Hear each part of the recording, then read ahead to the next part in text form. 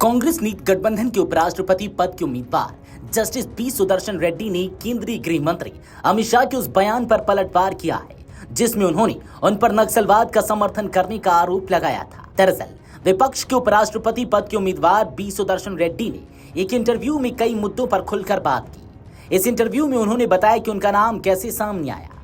उन्होंने संविधान की प्रस्तावना में समाजवादी और धर्मनिरपेक्ष जैसे शब्दों को लेकर चल रही बहस पर भी राय रखी और अमित शाह की ओर से नक्सलवाद समर्थक कहे जाने पर भी जवाब दिया। सुदर्शन रेड्डी ने शनिवार को कहा कि देश में लोकतंत्र की स्थिति कमजोर हो गई है और संविधान को चुनौती दी जा रही है।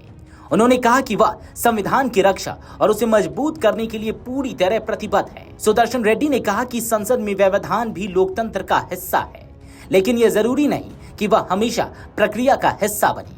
उन्होंने कहा कि पहले हम डिफिसिट इकोनॉमी की बात करते थे, लेकिन अब डेमोक्रेसी में डिफिसिट यानी लोकतंत्र में कमी की बात हो रही है।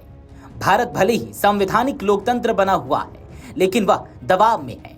रेड्डी ने संविधान पर हो रही बहस का स्वागत किया और कहा कि यह जरूरी है कि लोग समझें कि संविधान पर खतरा है या नहीं। उन्होंने कहा कि लोकतंत्र केवल व्यक्तियों के बीच टकराव नहीं है, बल्कि विचारों के बीच टकराव है। उन्होंने यह भी कहा कि काश सरकार और विपक्ष के बीच बेहतर संबंध होते। गुवाहाटी हाई कोर्ट के पूर्व मुख्य न्यायाधीश रेड्डी ने कहा कि संविधान की रक्षा करने की उनकी यात्रा अब उपराष्ट्रपति पद की उम्मीदवारी तक पहुंची है। उन्होंने कहा कि वह पहले एक जज के तौर पर संविधान की रक्षा कर रहे थे और अब अगर अवसर मिला तो वही जिम्मेदारी निभाते रहेंगे। उन्होंने कहा कि विपक्ष की ओर से उन्हें उम्मीदवार बनाया जाना उनके लिए गर्व की बात है।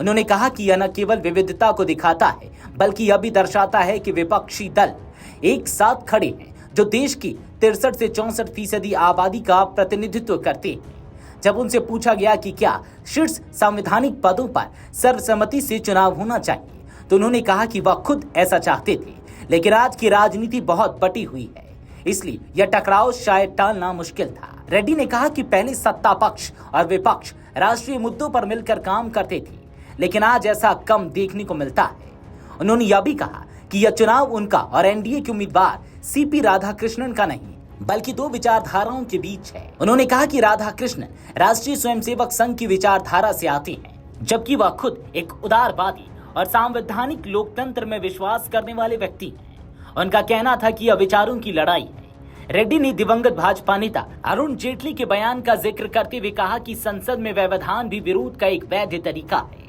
उन्होंने कहा कि अगर किसी को बोलने नहीं दिया जा रहा है तो यह विरोध का एक तरीका हो सकता है। हालांकि उन्होंने यह भी कहा कि ऐसा नहीं होना चाहिए कि व्यवधान लोकतंत्र का स्थायी हिस्सा बन जाए। वहीं जब केंद्रीय गृह मंत्री अमित शाह ने उन पर सलवा जुडूम फैसले को लेकर नक्सलवाद का समर्थन करने का आरोप लगाया, तो रेड्डी ने सीधे प्रतिक्रिया देने से इनकार कर दिया। उन्होंने कहा कि यह फैसला उनका निजी नहीं बल्कि सुप्रीम कोर्ट का था। उन्होंने कहा कि अगर शाह ने फैसला पढ़ा होता जो 40 पन्नों का है, तो शायद वे ऐसा बयान नहीं देते। बता दें कि अमित शाह ने शुक्रवार को बी सुदर्शन रेड्डी पर भी निशाना साधा था।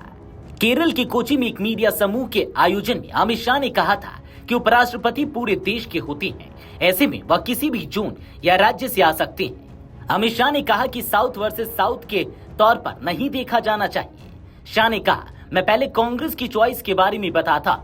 उन्होंने कहा कि बी सुदर्शन रेड्डी की उम्मीदवारी से केरल में कांग्रेस की उम्मीदवारी से बची कुछ उम्मीद भी खत्म हो गई है।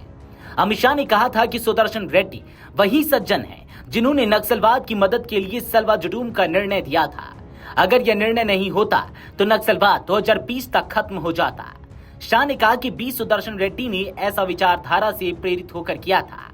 उन्होंने कहा कि केरल ने नक्सलवाद का दंश झेला है। अमित शाह ने कहा कि केरल की जनता निश्चित रूप से देखेगी कि कांग्रेस पार्टी वामपंथी दलों के दबाव में एक ऐसे उम्मीदवार को मैदान में उतार रही है जिसने नक्सलवाद का समर्थन किया और सुप्रीम कोर्ट जैसे पवित्र मंच का इस्तेमाल किया। अमित शाह ने अपने संबोधन में सलवा जुडूम पर 2011 के सुप्रीम कोर्ट के फैसले का जिक्र करते हुए विपक्षी उम्मीदवार पर निशाना साधा। उन्होंने कहा कि जस्टिस सुदर्शन रेड्डी वह व्यक्ति हैं जो सलवा जुडूम पर फैसला देने वाली विचारधारा से प्रेरित है। Video desk Amarujala dot com. अगर आप ये वीडियो YouTube पर देख रहे हैं तो हमारे चैनल को सब्सक्राइब कर बेल आइकन दबाएं और Facebook पर देख रहे हैं तो हमारे पेज को लाइक करें।